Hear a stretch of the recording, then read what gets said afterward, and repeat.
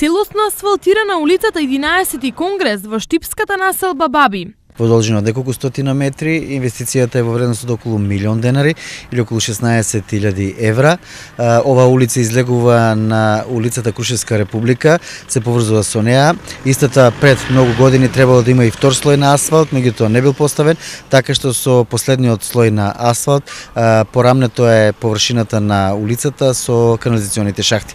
Новиот асфалт најмногу им значи на овдешните жители, затоа што досега движењето по улицата за нив беше голема мака. Благодарение на градоначалникот, мислам дека нешто што се работи ќе се изработи. Катастрофално нешто, дупка до дупка. Сега е одлично. Вози се подобро и тука навечер у паркот доаѓаат дечињата. Порано дупка до дупка некој нога ќе се скрши.